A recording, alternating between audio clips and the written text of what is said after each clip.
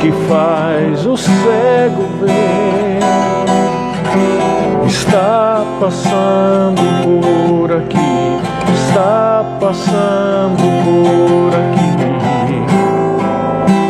O Deus que faz o surdo ouvir, silencia o medo em mim, silencia o medo em mim. Sim, eu creio em ti, sim, eu creio em ti, Deus do sobrenatural. Sim, eu creio em ti, sim, eu creio em ti, Deus do sobrenatural.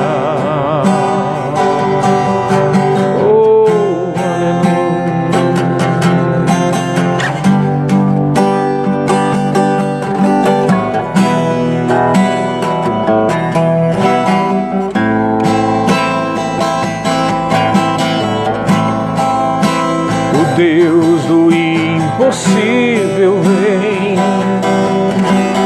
transformar meu coração, transformar meu coração. O Deus que a morte já venceu, vivo está dentro de mim, vivo está dentro de mim.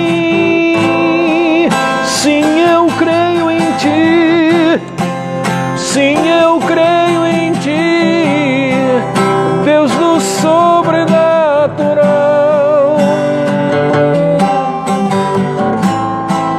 Sim, eu creio em ti, sim, eu creio em ti, Deus do sobrenatural. Sim, eu creio em ti, sim, eu creio em ti, Deus do sobrenatural.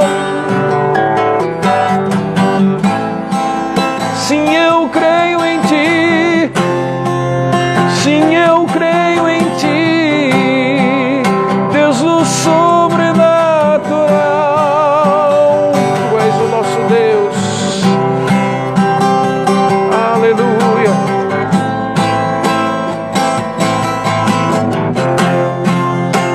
Aquele que era e que há de vir, em seu poder vai ressurgir. O Deus que os mortos faz viver, Deus de milagres, Deus de milagres.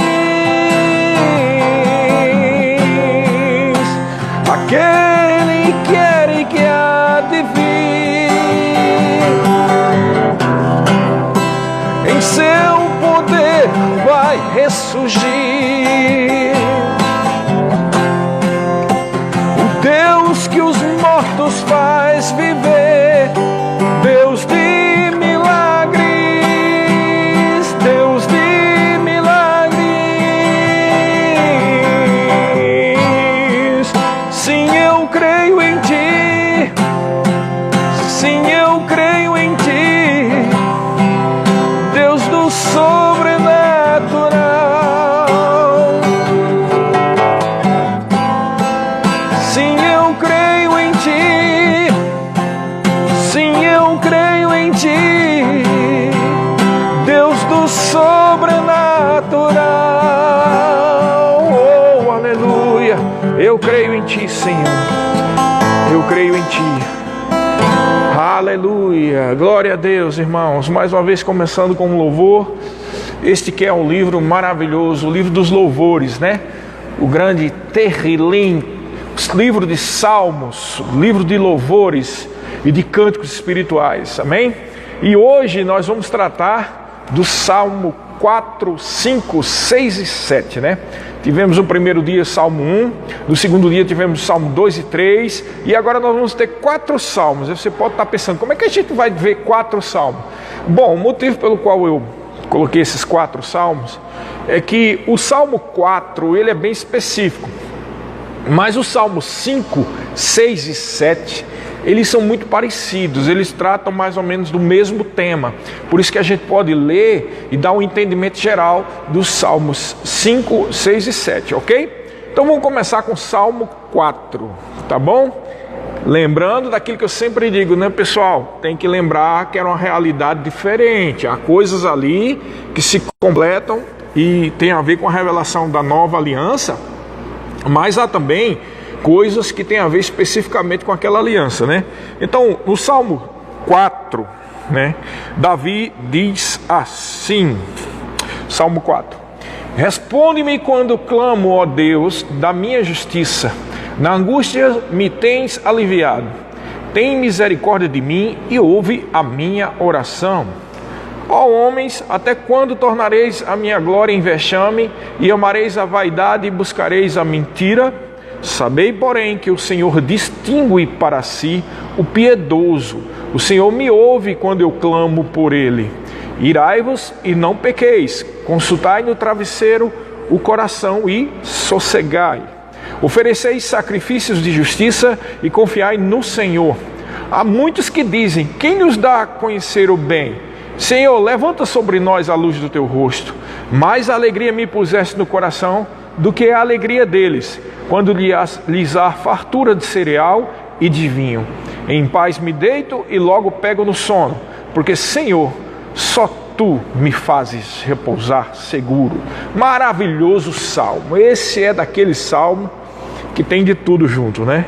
Na verdade, só não tem a parte messiânica, no sentido específico do Messias Jesus, mas ele tem muita revelação aqui que pode ser descrita como cumprimento na nova aliança. Ele começa nos versículos primeiros: Responde-me, ó Deus, da minha justiça, na angústia me tens aliviado, tem misericórdia de mim e ouve a minha oração. Então esse primeiro versículo mostra uma característica de Davi que você vai ver inclusive nos outros salmos depois desse, né? Salmos 5, 6 e 7 e outros salmos de Davi. Ele sempre fala deste clamor, dessa angústia na alma que ele está passando devido à situação localizada dele. Ele estava debaixo de pressão, muita pressão. Davi foi um rei que sofreu muita pressão pelos inimigos e pelos invejosos, por aqueles que odiavam a vida dele, né? E por aqueles que odiavam o Senhor também. E então esse é um clamor dele. Mas aí é onde a gente vê a questão da aliança, né? Não é errado você clamar a Deus por auxílio de Deus, mas é preciso entender que há muitas coisas que já foram dadas, né? Na verdade, a Bíblia diz que tudo que nos conduz à vida e à piedade já foi dado através de Jesus. E Paulo diz lá em Coríntios também que todas as coisas são nossas. Então é isso que você precisa entender. Porque como é aquela advertência que disse no começo, quando a gente começou o primeiro salmo, eu disse: olha, tem muito cuidado, porque às vezes quando a gente é novo convertido, ou quando a gente tem pouco conhecimento da palavra, talvez por ser novo convertido, ou porque tem pouco contato com a palavra, ou porque o lugar onde a gente está não se ensina bem a palavra de Deus. Então tem que ter muito cuidado, porque a pessoa que não está bem cheio da palavra, ou não tem a revelação da palavra de fé, ela sempre é tendenciosa a ver a Bíblia e ler a Bíblia segundo as suas próprias angústias, né? É claro que Deus é aquele que supre e livra você de toda angústia, mas muitas vezes existem angústias, irmãos, que não é bem claras e na verdade é resultado do nosso temperamento, que talvez seja introspectivo, ou talvez porque a gente por não ter muito conhecimento da palavra e não estar a mente renovada, a gente é alvo fácil de ataques do inimigo e a gente chora, a gente vive na angústia, a gente vive na depressão. Isso geralmente é resultado de pouca palavra palavra confessada, crida e revelada dentro do coração. E há a tendência de a gente pegar esses salmos em uma outra realidade, quando a gente vê o próprio Davi dizendo uma coisa como essa: na minha angústia, Senhor, e a gente começa a chorar, né? E a gente começa a ler e dizer, até Davi estava passando por um negócio desse e tal. E tem que ter muito cuidado, irmãos, porque embora seja lícita uma oração como essa, a gente tem que ter muito cuidado para isso não estimular e não ser um gatilho dos nossos vícios mentais. Aquele vício de coitadinho de mim, aquele vício de eu só vivo sofrendo, ou o mundo todo é contra mim. Na verdade, isso é um vício mental que dispara um gatilho, que deixa você dentro de uma situação que termina aumentando, né? Lembra-se, veja bem, você está vendo essa câmera aqui, né? Essa câmera está pegando tudo, lá atrás da igreja, né? As cadeiras ali e tal, mas o primeiro foco da câmera está sendo a minha pessoa, né? E se você olhar para mim, você pensa que eu sou bem maior do que tudo isso, né? Se você vê aqui, meu corpo parece que é maior do que a igreja. Por quê? Porque o que está em primeiro plano sou eu. E acontece que quando a gente começa a ter esse tipo de atitude, de coitadinho de mim, que o meu sofrimento, a gente põe em foco, em primeiro plano, o problema e não a solução. Você pode estar pensando, mas Davi não fez isso? Sim, mas ele não era filho de Deus, ele não tinha habitação permanente do Espírito dentro dele. Ele não era nascido de novo. Ele tinha uma aliança com Deus, sim, como todo o povo de Israel, mas ele não era nascido de novo, irmão. Jesus ainda não tinha pago o preço para uma nova aliança. Ele não tinha derramado seu sangue para uma nova aliança, a nova aliança no sangue de Jesus. Então precisamos entender isso, porque não é pecado você clamar a Deus, ô Senhor, tenha misericórdia de mim. Não, é correto, mas eu preciso ter muito cuidado para a gente não realimentar, fazer uma retroalimentação, um feedback infinito, aquela coisa que sempre está voltando, e a gente ficar sempre naquela angústia. Eu sei porque já passei por isso, irmão. Já tive momentos na minha vida em que estava passando por situação difícil, né? Que era injustiça, inclusive muita coisa parecida com as coisas que aconteciam com Davi. Teve momentos na minha vida que eu pensava, meu Deus, esse Davi é meu irmão, o que é isso aqui? Ou ele é igual ao mesmo temperamento que eu tenho, porque tinha muita coisa que parecia comigo, né? Das angústias de Davi, não, claro que eu não sou, né? Passei por uma situação como aquela, mas isso mostra como eu também tinha esse problema, né? Eu me irmanava com essas angústias de Davi e chorava. Irmão, deixa eu dizer uma coisa para você, quase nada mudou na minha vida por causa desse choro. E o problema não é que Deus não ouve, é porque a gente precisa se localizar que nós estamos numa nova aliança, amém? E aqui precisa entender isso, não é pecado clamar a Deus, mas você não pode ficar realimentando isso, precisa entender, e muitas vezes essa realimentação é resultado da falta de entendimento da nova realidade em Cristo Jesus, de quem você é, do que você tem, do que você pode, de que acesso você tem à presença do Todo-Poderoso, amém? Então Davi estava clamando aqui, mas ele diz assim, ele faz no 2, né? Até quando tornareis a minha glória em vexame e amareis a vaidade e buscarei a mentira? Na verdade, isso é uma repreensão geral a todos e qualquer que ficam envergonhando a Deus, o Evangelho e a palavra e considerando mais as coisas naturais. Mas aí ele diz no 3, né? Ele diz assim, olha, sabei porém que o Senhor distingue para si o piedoso, o Senhor me ouve quando eu clamo a Ele. Então aqui ele já começa a se levantar, havia muito isso em Davi, né? Davi uma hora estava bem melancólico, ele era um homem de um temperamento melancólico, né?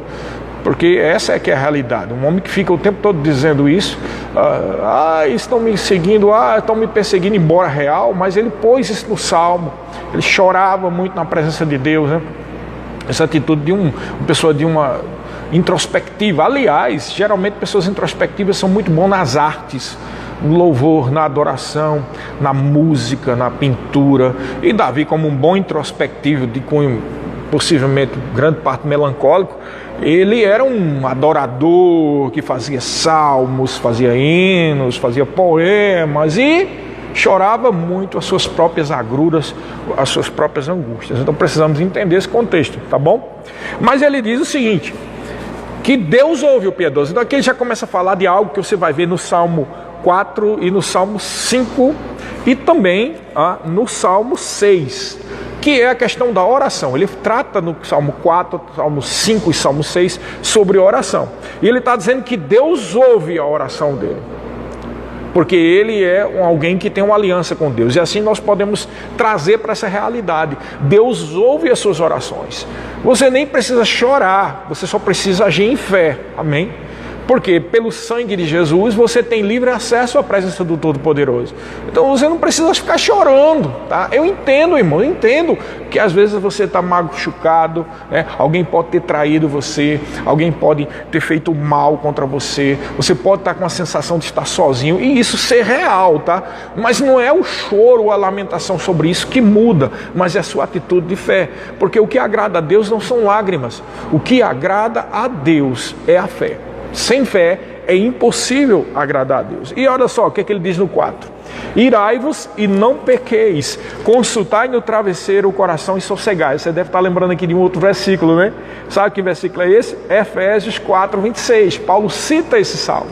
Irai-vos e não pequeis, não se ponha o sol sobre a vossa ira. E aí a gente começa a entender, porque à primeira vista, como é que a gente fica irado e não peca? Porque se eu estou irado com alguém, eu já estou pecando. Porque se você poderia pensar, pastor, isso dá certo com Davi, mas e Paulo? Por que Paulo disse, irai-vos, mas não pequeis? Não se ponha o sol sobre a vossa ira. O sentido é o seguinte, irmão, eu vou explicar aqui para você. Ainda que você se ire, ainda que você se revolte, não se ponha o sol sobre a tua ira. Então o que significa isso? Se você se chateou, se você se revoltou, se você se irou, não fica meditando nessa coisa, porque a meditação é que vai trazer a manifestação do pecado. Porque a meditação, ainda mais com relação à ira, vai realimentando, você vai ficando mais irado, você vai ficando mais revoltado. É por isso que Paulo diz, irai-vos, mas não pequeis, fazendo um link com esse salmo. O pecado acontece quando você está alimentando e realimentando aquela ira. Amém? Porque ninguém é perfeito, irmãos. Nós somos perfeitos em Cristo, mas não chegamos ainda no estágio da perfeição ao ponto de nunca se irritar, de nunca falhar, não é verdade? Estamos, pela renovação da nossa mente, pelo conhecimento de Deus e a comunhão com o seu Espírito, estamos melhorando cada vez mais, temos menos dessas coisas. Mas Paulo adverte baseado nesse versículo aqui. Irai-vos, mas não pequeis, tá?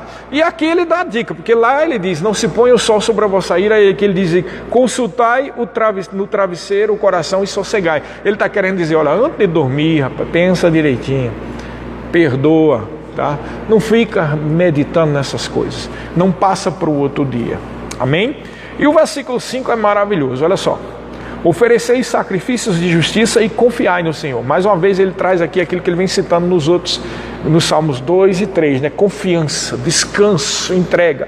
Mas o que é lindo aqui é que ele fala sobre oferecer sacrifício de justiça.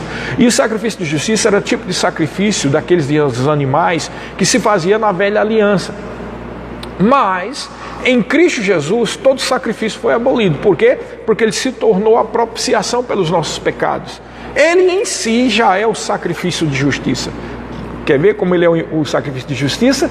O que é que a Bíblia diz lá em Romanos capítulo 10 a respeito da salvação? Porque se confessares a Jesus como o Senhor e em seu coração creres que Deus o ressuscitou dentre os mortos, serás salvo.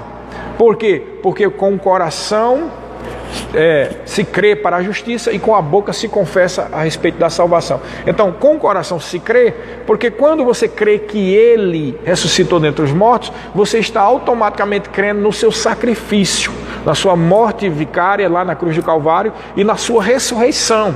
Esse complemento todo, ele pagou, disse está consumado, fez estar consumado, pagou o preço, resgatou, foi ressuscitado, levou o sangue dele na presença de Deus, num santuário não feito por mãos humanas, como diz a Bíblia. Isso é o que significa? A justiça de Deus foi manifesta na tua vida, de maneira que, segundo Coríntios capítulo 5, 21, se cumpre.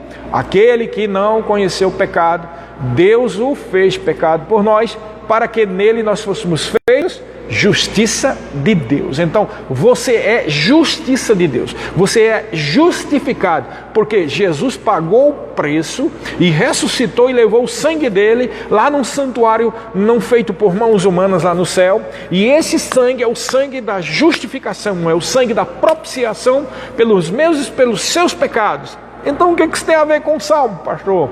Bom, naquela época, por isso que eu digo, tem coisas aqui que é da velha aliança. Ofereceis sacrifícios de justiça e o quê? Confiai no Senhor. Bom, o oferecimento do sacrifício de justiça já foi feito através de Jesus. Então, o que você faz? Qual é o paralelo? Você é a justiça de Deus. Os seus sacrifícios, vamos dizer assim, as suas atitudes de louvor e adoração e de fé, já é prova que você já foi justificado, você tem livre acesso à presença dele. Então o que você tem que fazer agora?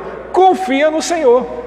Confia no Senhor. Você já é justiça de Deus. Você já foi justificado. Você não precisa mais de um animal lá para oferecer um sacrifício de justiça, ou qualquer que seja o sacrifício da velha aliança, seja de animais, seja de dinheiro, daquela época que era feito quando não podia, trazia o dinheiro ou trazia alguma outra coisa para substituir. De qualquer forma, seja a oferta, seja sacrifício, o sentido é o mesmo, é para retirar pecado ou para pagar algo, mas seja para pagar, seja para retirar pecado, Jesus já cumpriu na cruz do Calvário. Então, você já é justiça de Deus e tudo que você tem que fazer agora é confiar no Senhor. Não é tremendo esse salmo é tremendo.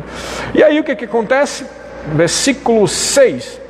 Há muitos que dizem: quem nos dará a conhecer o bem? E aí ele responde: Senhor, levanta sobre nós a luz do teu rosto. É lícito clamar isso? É lícito, né? Mas existem realidades da nova criação aqui. Por isso que eu digo, muitos falham não conhecendo as Escrituras e nem o poder de Deus. E quando nós dizemos não conhecendo as Escrituras, não é decorar versículo, nem tampouco fazer teologia sistemática, ou ter feito curso tal. Não. Quando falamos conhecer as Escrituras, é conhecer as Escrituras em tudo, irmão. Entender que existe uma dispensação atual que é diferente da dispensação da lei.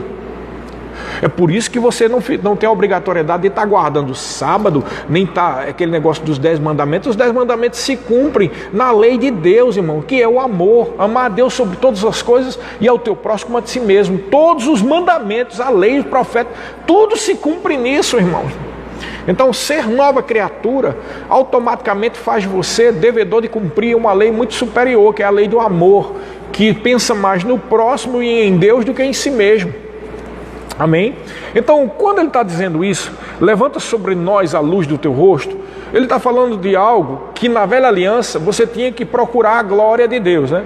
Você tinha que ir lá no templo, ou como na época de Moisés, tinha que adentrar no Santíssimo Lugar, ou tinha que ver a glória, ou a glória estava lá no monte, quando ele recebeu os 10 mandamentos. Mas a Bíblia deixa claro, e eu quero que você preste atenção nesse texto de 2 Coríntios 3,18, quando Paulo diz lá na carta dos Coríntios o seguinte, 2 Coríntios 3,18, ele diz o seguinte, presta atenção: e todos nós, ele faz a comparação com o que acontecia com Moisés, né? Mas hoje, todos nós com o rosto desvendado, contemplando como por espelho a glória do Senhor, somos transformados de glória em glória na sua própria imagem, como pelo Senhor o Espírito. Ele está dizendo aqui, a glória está em você. Quando você olha no espelho, você vê a glória do Senhor olhando para você. Então, na verdade, isso é a revelação de que a glória do Senhor, como diz Paulo também em outro lugar, nós somos vasos de barro, mas temos essa excelência do poder dentro de nós. Uma glória maior do que a glória que vinha sobre Moisés quando ele desceu do templo. Essa glória agora habita dentro de você. Então o clamor do salmista, Senhor, mostra a glória ou a luz do teu rosto, já está em você, irmãos. Essa glória já está na palavra, essa glória já está no seu espírito, essa glória já está no seu interior. Como nós dissemos ontem, a Bíblia chega ao ponto de dizer que o poder que ressuscitou Jesus dentre os mortos, lá em Efésios 1, o mesmo poder que ressuscitou Jesus dentre os mortos, ele opera em nós que cremos, irmãos. Essa glória, essa luz está em nós. Claro, existe a luz da palavra que é revelada em nós, mas a luz da palavra é revelada em nós porque, como diz Paulo lá em Colossenses, habite, né, ricamente em vós a palavra de Cristo. A palavra em nós vai trazendo mais luz. É por isso que nesse versículo Paulo diz: somos transformados de glória em glória. Então não é só porque você está olhando para o espelho é a palavra. Você olha para você mesmo quando você vê a palavra. Eu não sei se você já teve essa experiência, mas eu já tive. Quando eu cometia erros, né, no passado, toda vez que eu abria a Bíblia, parecia que a Bíblia estava dando uma pancada em mim. Porque eu só abria versículo na Bíblia que dizia que eu estava errado. Por quê? Porque a Bíblia espelha a gente, irmão. Quando você está errado, a Bíblia vai mostrar. Mas quando você está correto diante de Deus e você está buscando o Senhor, você está olhando como que ao espelho, a própria glória do Senhor. A luz do rosto do Senhor se manifesta na revelação da palavra. É por isso que eu fiz aquela oração ontem, né, no meio da ministração. Eu creio que o Todo-Poderoso, se você desejar de todo o coração conhecer mais de Deus, o Todo-Poderoso vai revelar a profundidade da palavra. É possível sim, irmão, extrair de cada salmo um estilo de vida. E nós vemos aqui um estilo de vida de oração. E até mesmo você tem que prestar atenção nessa questão do contexto, que hoje na Nova Aliança é diferente. Amém? Então vamos voltar lá para o Salmo 4. O que é que ele diz mais? O Salmo 4 diz, aqui nesse versículo, ele diz: levanta sobre nós a luz do teu rosto. A luz do rosto do Senhor está escrito na palavra e está dentro de você. Essa é uma realidade da nova criação. Amém? Como eu disse, se você não tiver entendimento sobre isso, você é tendencioso a pegar um versículo como esse e dizer: Senhor, eu estou no meio das trevas. Oh, Senhor, levanta a luz sobre mim. Irmãos, você não está no meio das trevas. Se você está com um pensamento confuso, confia no Senhor de todo o coração. Confia na direção do Espírito. Ora em línguas, ora diante do Senhor. Se entrega totalmente a Ele. E aí você vai ver que você não está em trevas. E que a luz do rosto do Senhor está disponível para todo aquele que nasceu de novo. Veja bem a diferença aqui, né? No versículo 7 diz: mais alegria me puseste no coração do que a alegria deles, quando lhes há fartura de cereal e de vinho. Aqui está claro, né? A alegria do Senhor. A alegria do Senhor é a nossa força, né? E tem mais, irmãos. O versículo 7 nos faz menção àquela profecia de Isaías 61, quando diz: o Espírito do Senhor está sobre mim, pelo que me ungiu, tal. E diz lá: óleo de alegria em vez de espírito angustiado. É isso? Espírito angustiado. Bom, a questão é: óleo de alegria no lugar de tristeza e de angústia. E aí Jesus, lá em Lucas capítulo 4, versículo 16, cita isso e diz que se cumpriu. E então nós vemos que Jesus foi ungido com óleo de alegria como a nenhum de seus companheiros. Hebreus capítulo 1 diz isso também. E essa unção de alegria foi derramada sobre nós que fazemos parte do seu corpo. Então aqui Davi, é interessante, eu vejo muito isso em Davi, né? Davi estava numa velha aliança, mas o Espírito vinha sobre ele. E como ele era muito melancólico, muito introspectivo, ele tinha esse negócio de estar lamentando: ai, a minha vida, ai, são muitos inimigos, ai. E de repente parece que o Espírito do Senhor tomava ele. E ele mudava, né? Ele dizia: por que está batido a minha alma, né? É um negócio meio... parece que era bipolar, mas não é bipolar, é porque ele era alguém melancólico, numa realidade anterior, e que vinha um Espírito sobre ele. Quando o Espírito vinha sobre ele, ele dava a resposta daquilo mesmo que ele estava sofrendo. Como acontece aqui. Ele começa dizendo que na minha angústia eu clamo. E agora ele chega e diz o quê? Que mais alegria me puseste no coração do que a alegria deles, quando lhes há fartura de cereal e de vinho. Ele caiu em si, que o Espírito do Senhor que estava vindo sobre ele, mas não permanecia, porque ele não era nascido de novo, então ficava permanente. É diferente de você e de mim. O Espírito do Senhor está hoje permanentemente. Você não precisa clamar: vem Espírito, desce do céu. Ele está em você, irmãos.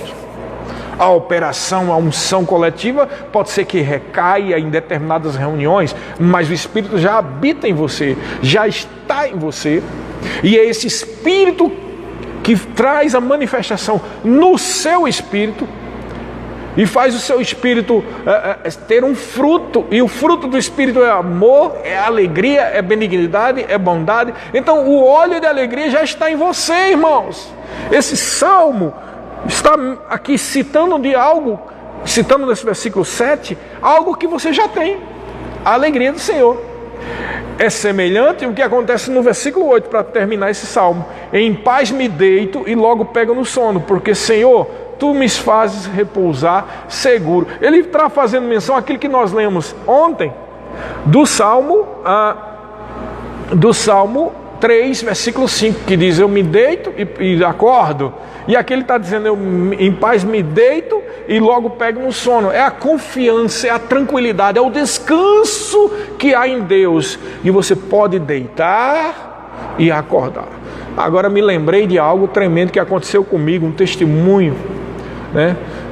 Em 2006, depois que o Senhor falou algo poderoso para mim a respeito de fé, e eu comecei a confessar. Aconteceu, isso foi o diabo, é claro que não foi Deus, foi o diabo. Deu um acidente lá, engoli um caco de vidro, irmãos. Engoli um caco de vidro.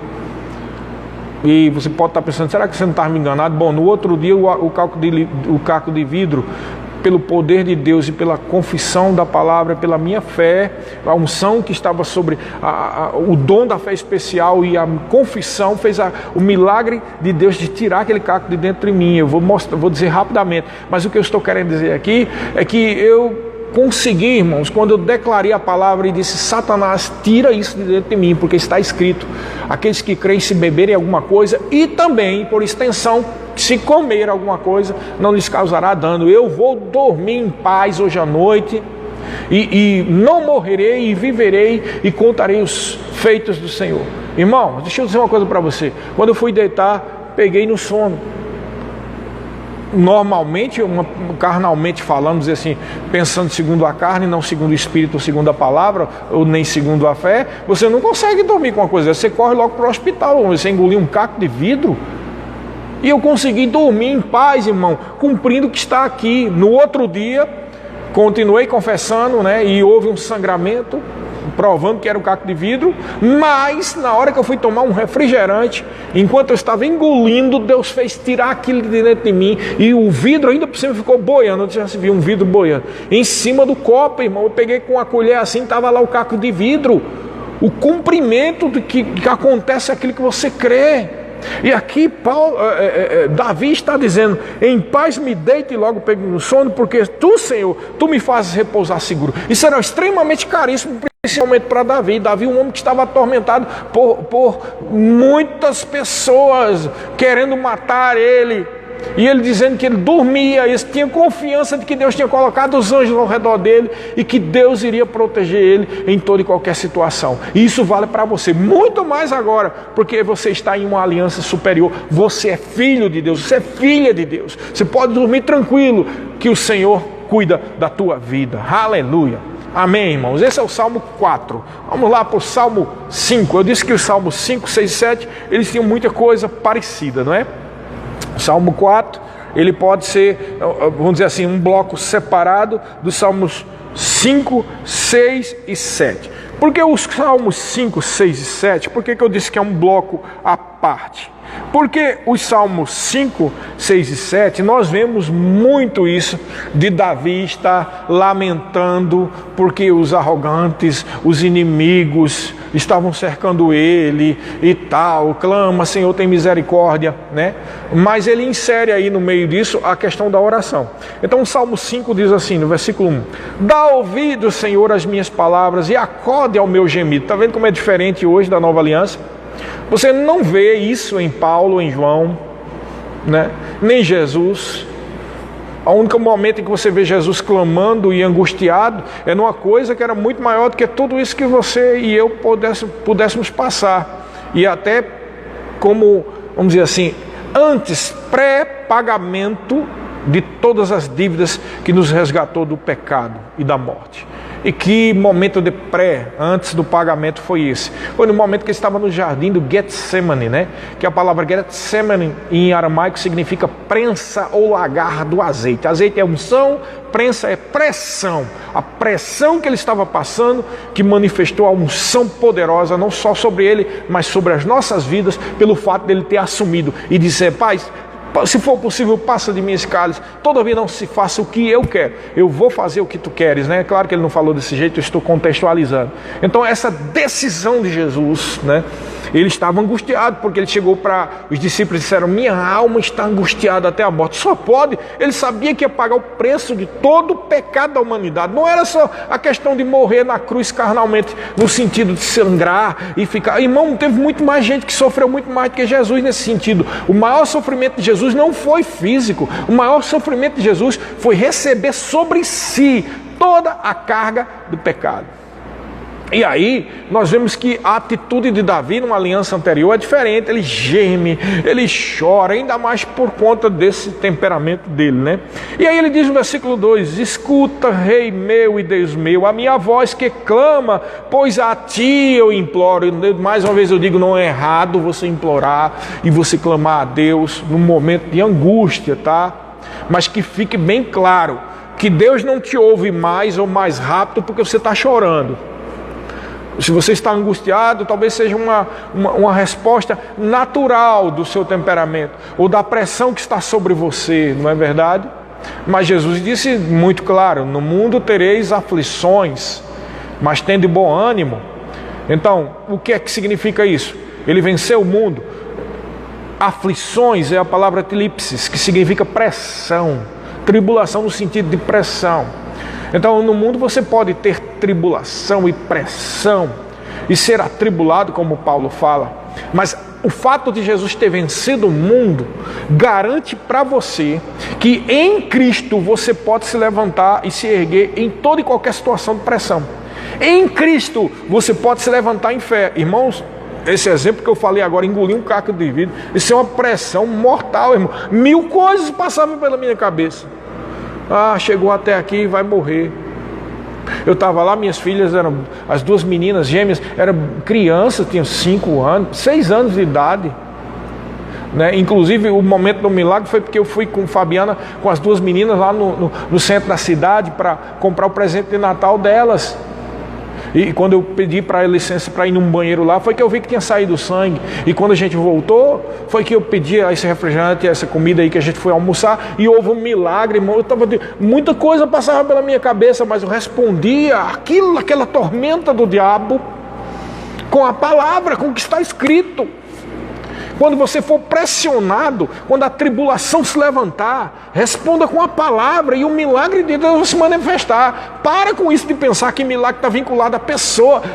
Se eu for ali, alguém que é ungido vai orar sobre mim. Isso pode acontecer, mas isso realmente é a atitude de alguém que nasceu de novo agora, que não conhece a palavra de Deus e que não entende a revelação de quem você é em Cristo Jesus. Mas se você nasceu de novo, você pode todas as coisas naquele que te fortalece. Você pode orar e Deus está ouvindo. Só responde a situação e a tribulação com a palavra de Deus. Amém, queridos? Então, ele diz assim: de manhã, Senhor, ouves a minha voz, de manhã te apresenta a minha oração e fica esperando. Então é aqui onde eu digo que ele começou a citar a questão da oração, né?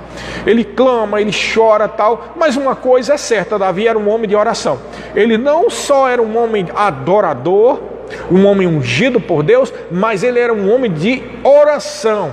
Então, aqui é onde nós podemos trazer para a realidade da nova criação. Apesar de tudo isso, na nova aliança, de você ter acesso a ser abençoado, é extremamente importante que você tenha uma vida de oração e de comunhão com Deus. Porque Ele é o seu Pai, Ele te deu tudo, mas Ele quer ter comunhão contigo. Amém? Ele quer ter comunhão contigo. Ele quer que você peça a Ele, porque Ele é Pai, e Pai quer que o filho peça. Tá? Eu que sou pai, porque um pai amoroso, ele não vai ficar, vai aí, se vira. Não, o pai amoroso, ele gosta dessa relação de dependência, Porque isso é relação de comunhão. E Deus procura verdadeiros adoradores que o adorem em espírito e em verdade, e já chegou essa hora. Significa adoradores, aqueles que têm acesso livre à presença de Deus, e aqueles que buscam a face de Deus, porque o adoram, porque amam Ele. E como diz lá em Filipenses capítulo 4, não andeis ansiosos de coisa alguma, antes sejam conhecidas diante de Deus os vossos pedidos, com súplicas, orações e ações de graça. E a paz de Deus, que excede todo entendimento, guardará os vossos corações e as vossas almas em Cristo Jesus. Então há uma relação de comunhão. E Davi aqui, apesar de toda essa velha aliança que ele estava vivendo, era um homem de oração, tá? E que os salmos sirvam de estímulo para você, para a oração. Então ele diz assim, versículo 4, pois tu não és Deus que se agrade com a iniquidade, e contigo não subsiste o mal. Está falando da justiça de Deus. Os arrogantes não permanecerão na tua vista, aborrece a todos os que praticam iniquidade, tu destrói os que proferem a mentira, Senhor abomina o sanguinário e o fraudulento. Então ele aqui começa a citar esses casos de pessoas que são longe, que é aquilo que eu falei, ele cita os inimigos, pessoas que viviam longe de Deus, e o resultado da vida dele. Versículo 7, porém eu, pela riqueza da tua misericórdia, entrarei na tua casa, mais uma vez a oração aqui, e me prostrarei diante do teu santo templo no teu temor. Ele está dizendo o que é que se deve fazer. Os ímpios procuram as coisas mundanas, as coisas que não levam a nada, mas o Filho de Deus, ele se dobra diante do Senhor, ele busca a presença do Senhor. Mesmo que você seja nascido de novo e você já tenha livre acesso à presença do Todo-Poderoso, é extremamente necessário que você tenha uma relação de intimidade com Deus, comunhão com Ele, através da oração. Amém? E aí ele diz no 8, Senhor, guia-me na tua justiça por causa dos meus adversários, endireita diante de mim o teu caminho. Tá? Mais uma vez aquilo que eu te falei da velha aliança, ele está comparando a vida dele com a vida dos adversários, e ele diz, pede para ele endireitar, mas na verdade na nova aliança, não é tanto Deus que endireita para você, porque tudo que ele tinha que fazer, ele já fez em Cristo Jesus, é você que se endireita nos caminhos do Senhor. Esse é o problema quando a gente está vivendo muito de acordo com o Velho Testamento, esquece do Novo Testamento e das realidades da nova criação, porque tudo, a pessoa que vive no Velho Testamento, tudo ela põe a culpa em Deus, ou a solução, Deus é que vai resolver, né?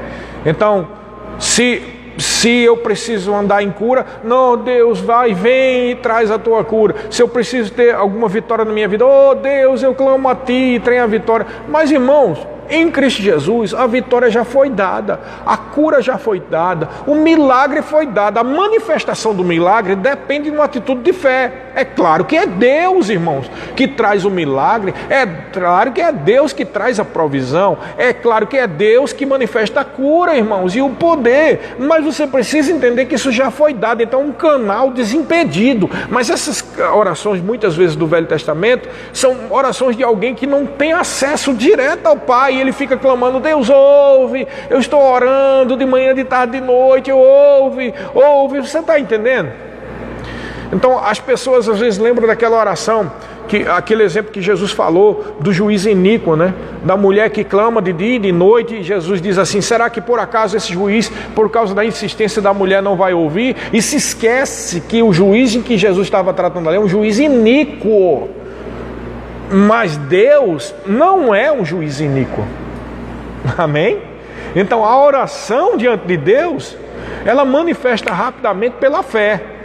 Não é pela muita repetição, como os gentios, como disse Jesus, orando sempre a mesma coisa, repetindo. Porque muitas vezes você vê isso em Davi, né? Porque Davi era numa outra aliança, ele repete, ele clama, ele chora, e diz, até quando, Senhor? E hoje, como você tem livre acesso à presença de Deus, não é que você... Lembra bem, não é que você é mais ungido ou ungida do que Davi, não é isso.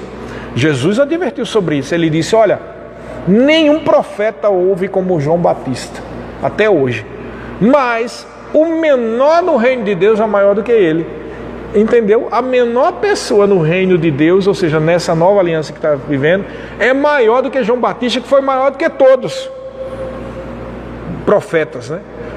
Então, no sentido de acesso e aliança com Deus, você tem mais do que Davi. Por quê? Porque Davi não tinha o Espírito Santo permanente sobre ele, mas você tem. Amém? Você entendeu, guarda de fé? Foi por isso mesmo que Jesus derramou o seu sangue e te fez justiça de Deus, para que você fosse alguém que fizesse parte da família de Deus, do corpo de Cristo, da noiva de Cristo. Amém? E aí ele começa a citar as coisas que eles são. Eles não têm sinceridade nos seus lábios, versículo 9, do seu íntimo é todo crime, a sua garganta é sepulcro aberto e com a língua lisonjeiam, declara os culpados, ó Deus. Está vendo a preocupação dele aqui com o carnal, com a pessoa? E enquanto na nova aliança Paulo diz assim, a nossa luta não é contra carne nem sangue. Veja que é totalmente diferente, porque era uma outra aliança. Não é que a Bíblia está se contradizendo, é que Davi, ele estava em outra aliança, e a preocupação dele eram os inimigos, as pessoas que queriam matar ele. Ó Pai, faz a tua justiça, cai fogo do céu, né? E você vê que eu citei ontem, quanto a isso, como Jesus repreendeu os discípulos, dizendo, de que espírito vocês são? O Filho do Homem não veio para matar, ele veio para salvar o que estava perdido. Mas na época de Davi, na época de Elias, na época de Eliseu, qualquer coisinha era olho por olho, dentro por dentro, e ele clamava, vem Senhor, traz o juízo, né? Mata todo mundo aí. Você entendeu, irmãos? Como tem uma questão totalmente diferente, e às vezes as pessoas, por não entender isso, é que pensam que a Bíblia está se contradizendo, ou que alguém, quando fala da bondade de Deus, está desconsiderando outro texto da Bíblia. Não, a pessoa que está dizendo isso, está desconsiderando, isso sim, que na velha aliança era diferente. Na época de Davi, era a época da lei, irmãos. Era diferente. E como ele não era nascido de novo, ele tinha reações como essa. Versículo 11. Ainda bem, aqui tem um alívio, hein? Mas regozijem-se todos os que confiam em ti. Folguem de júbilo para sempre, porque tu os defendes. Isso é uma realidade que vale até hoje, não é verdade? E em ti se gloriem os que amam o teu nome. E o 12, pois tu, Senhor, abençoas o justo, e como escudo o cercas da tua benevolência. Não é interessante que o mesmo Davi, que logo nos versículos iniciais está dizendo, dá ouvido, Senhor, ouve o meu clamor, ouve o meu gemido, eu te imploro, olha o meu sofrimento, ele chega e diz isso? Porque aqui, no final do Salmo, ele caiu em si, né? O Espírito Santo do Senhor que estava sobre ele, não é que ele se contradiz, eu vou deixar claro aqui, para ninguém pensar que eu estou dizendo que Davi era bipolar, tá bom? Mas ele vivia uma velha aliança, e ele, como não era, o Espírito Santo não habitava permanentemente nele, ele tinha essas angústias e clamava, e como ele não tinha essa revelação de acesso direto, ele clama, eu confio em ti, mas nós somos abençoados, você entendeu? Então você tem que entender que na realidade que você está vivendo agora, não tem que ficar, Senhor, tenha misericórdia de mim, Senhor, tenha misericórdia. Ele já teve misericórdia, ele deu o melhor dele, que foi Jesus. Amém? A misericórdia do Senhor já foi derramada sobre a sua vida. Aleluia. É por isso que Deus, na sua sabedoria, manifestou grande poder, naquele caso de 2 Crônicas, capítulo 20, quando os levitas cantavam, bendizer ao Senhor, porque o Senhor é bom e a sua misericórdia dura para sempre. E aquilo já foi mais que suficiente para que os inimigos de Israel, eles mesmos se desbaratassem. Porque a consciência da misericórdia, da bondade, da benignidade de Deus manifesta o poder dele. E ele já deu da sua benignidade, bondade e misericórdia no dia que ele ofereceu o seu próprio filho pela sua vida. Quando você recebe Jesus, a benignidade do Senhor, a provisão do Senhor, a misericórdia, a bondade do Senhor está disponível para você. Amém? Porque o que fazia separação entre você e Deus era o pecado, e o pecado foi resolvido através de Jesus Cristo. Aleluia! Então a bênção do Senhor e a proteção está disponível na tua vida. Amém? Salmo 6, vamos ver se dá tempo de a gente ler aqui Salmo 6 e 7, porque são bem parecidos. Salmo 6. Senhor, não me repreendas na tua ira, nem me castigue com teu furor. Tem compaixão de mim, Senhor, porque eu me sinto debilitado. Sara-me, Senhor, porque os meus ossos estão abalados. Está vendo como ele está aqui se lamentando? 3. Também a minha alma está profundamente perturbada. Mas tu, Senhor, até quando? Está vendo? É claro que é comum a pessoa ter a alma amargurada, mas ele está fazendo um clamor, Senhor, até quando, Senhor? Eu estou sofrendo aqui. Hoje, na nova aliança, não é assim que você tem que agir. Mesmo que você esteja debaixo de sofrimento, entenda, os olhos, a face de Deus, a mão de Deus já está a seu favor, irmão. Mas se você ficar sempre se lamentando todo dia, como eu disse no início, vai realimentar uma atitude de coitadismo, uma atitude de tudo é contra mim, uma atitude pessimista que impede da fé operar, porque fé não opera pelo choro, diferente do que acontecia aqui, que Davi não tinha. Veja bem, a Bíblia diz o quê? Que a fé foi depositada no nosso coração, e essa fé foi depositada pelo novo nascimento. Você entendeu? A fé aqui tem uma característica diferente do que é na nova aliança, porque ela foi depositada hoje na nova aliança no nosso coração. E aí ele diz, olha só: volta-te, Senhor, e livra a minha alma, salva-me por tua graça, pois na morte não há recordação de ti, no sepulcro quem te dará louvor? Estou cansado de tanto gemer, todas as noites faço nadar o meu leito, de lágrimas o alago. Agora tu imagina se você pega e lê esse salmo aqui, e está debaixo de uma pressão muito grande, você vai chorar. Irmão, eu já li isso aqui, numa pressão antes de conhecer a palavra. Eu chorava sem parar, chorava sem parar. Meu Deus, eu estou igual a Davi aqui, né? Chamo, até quando? Até quando? E é perigoso ficar querendo viver segundo a realidade da velha aliança. Por quê? Porque por não entender que é tudo pela fé, você corre o risco de pensar que Deus tem escolheu Beltrano para se dar bem na vida, e você foi escolhido para sofrer. Deus te chamou para ser sofredor. Irmão, se você ficar vendo, segundo essa realidade da velha aliança, você vai chorar, e eu não tive sorte na minha vida, Deus não me ama, Deus não abriu as portas para mim. Você está entendendo, irmãos? Tem que ter muito cuidado e entender a realidade que Davi estava vivendo, tá? Mas hoje não é assim, você tem que agir em fé, de uma forma positiva, porque Jesus já pagou o preço para você ter acesso à presença dele. E aí diz o quê? Olha só o que diz, 7, meus olhos de mágoa se acham amortecidos, envelhece por causa de todos os meus adversários. Ele está falando, está chorando ao ponto de envelhecer. 8, apartai-vos de mim todos os que praticais iniquidade, porque o Senhor ouviu a voz do meu lamento. Veja agora que ele já mudou. Apartai-vos de mim, porque o Senhor ouviu. Mas ele não estava falando agora que estava chorando. Até quando, Senhor? Até quando? É como se o Espírito fizesse ele cair em si. Não, Deus me ouviu. E aí ele diz no 9, o Senhor ouviu a minha súplica, o Senhor acolhe a minha oração. Ele se levantou, né? Envergonhem-se e sejam sobremodo perturbados todos os meus inimigos, e retirem-te de súbito coberto de vexame. Ele levantou-se com intrepidez, né? Como um leão, Pastor, como é que é possível isso em Davi? Por causa disso ele não era filho de Deus, mas o Espírito vinha sobre ele, era um espírito de adorador. O Espírito do Senhor vinha sobre ele com a unção de adorador, com a unção de salmista, com a unção do rei de Israel. E mesmo ele tendo esse temperamento introspectivo e se lamentando, de repente o Espírito Santo trazia para ele a revelação que serviria como revelação dos dias de hoje para a gente, que se cumpriu na nova aliança. Amém, irmãos? Você entendeu o que é isso, né? Porque o 7 é muito parecido. Vamos ver se dá tempo. Senhor Deus meu, em ti me refugio, salva-me de todos os que me perseguem e livra-me, para que ninguém como leão me arrebate, despedaçando-me, não havendo quem me livre. Senhor meu Deus, se eu fiz o que de mim culpam, se nas minhas mãos há iniquidade, se paguei com o mal a quem estava em paz comigo, eu que poupei aquele que sem razão me oprimia, persigo o inimigo a minha alma e me alcança, espezinho no chão a minha vida e arrasto no pó a minha glória. Levanta-te, Senhor, na tua indignação, mostra a tua grandeza contra a fúria dos meus adversários, desperta-me em meu favor, segundo o juízo que designaste, reúnam-se ao redor de ti os povos, e por sobre ele remonta as alturas. O Senhor julgou os povos, julga-me, Senhor, segundo a minha retidão e segundo a integridade que há em mim.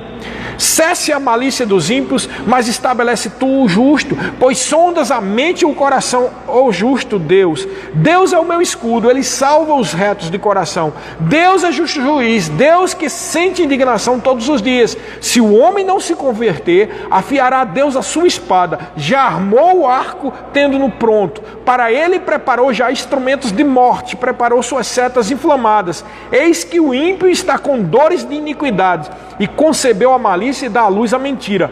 Abre e aprofunda uma cova, e cai nesse mesmo poço que faz. A sua malícia lhe recai sobre a cabeça, e sobre a própria mioleira desce a sua violência. Eu, porém, renderei graças ao Senhor, segundo a sua justiça, e cantarei louvores ao nome do Senhor Altíssimo. Se você for ver, tirando esse último versículo, os demais, ele está mais uma vez dizendo, e os ímpios fazem isso, eles estão aquilo, né? Mas, embora isso seja verdade, nos dias de hoje, ainda assim, os ímpios fazem isso, fazem essas coisas todas, perturbados por demônios, isso é verdade. Mas você precisa entender que a realidade de Davi era, ele via o malefício que era feito como ele, não especificamente como demônios, ou como uma coisa espiritual, mas ele via especificamente como inimigos, pessoas de carne e osso. Na realidade da nova criação em Cristo Jesus, Paulo deixou claro, quando disse que a nossa luta não é contra carne nem sangue, não é contra pessoas. A revelação da nova aliança, através de Jesus Cristo e do seu sangue que nos justificou, nos abriu os olhos para entender que as pessoas, mesmo tendo as suas decisões sendo ímpias, e vão pagar por isso, conforme mesmo está escrito aqui, mas as pessoas muitas vezes estão cegas, porque o Deus desse século cegou o entendimento deles. O Deus desse mundo é Satanás, mas você não deve ser influenciado por Satanás, e não faça o jogo de Satanás colocando culpa em pessoas. Você precisa entender que isso é uma jogada de Satanás também, porque ele sabe que você, como filho de Deus, diferentemente de Davi, tem o acesso à própria presença de Deus, e diferentemente de Davi, tem a habitação do Espírito Santo permanente em você, e diferentemente de Davi, você tem disponível os dons do Espírito Santo, e diferentemente de Davi, você está numa situação melhor, numa aliança superior, baseada em superiores promessas. Então o seu artifício, ou melhor dizendo, o seu, vamos dizer assim, armário de onde você pode tirar as coisas de Deus, é diretamente com o Altíssimo. Você não precisa chorar, Senhor, tenha misericórdia de mim, porque eu não estou tendo isso, os inimigos são muitos. Irmãos, mesmo que os inimigos são muitos, e é claro que muitos inimigos se levantam contra o povo de Deus, mas o que você tem que fazer é confiar, porque Deus está contigo. Você pode ter milhares à sua direita ou à sua esquerda. Quem habita no esconderijo do Altíssimo, Salmo 91 é tremendamente revelacional a respeito da realidade da nova criação. O que habita no esconderijo do Altíssimo vai permanecer firme, não será abalado, não será morto. Irmão, você pode estar na pior situação, pessoas malignas estão ao seu redor, mas Deus irá livrar você da morte. Mesmo que os malignos digam, eu não matei você porque eu não quis, né? Ou eu poderia ter feito mal. Ele está falando isso de boca para fora, porque na verdade ele foi impedido espiritualmente, porque os anjos do Senhor estão ao redor de você. O poder de Deus te guarda, Ele está contigo. A realidade que você vive é diferente. Então você precisa entender isso. Quando você lê os Salmos, entenda aquilo que é revelacional e é profético a respeito da realidade hoje. Mas também entenda o temperamento e a pressão que estava sobre Davi, e ele estava numa velha aliança. Porque se você não entender isso, você vai começar a chorar igual a Davi.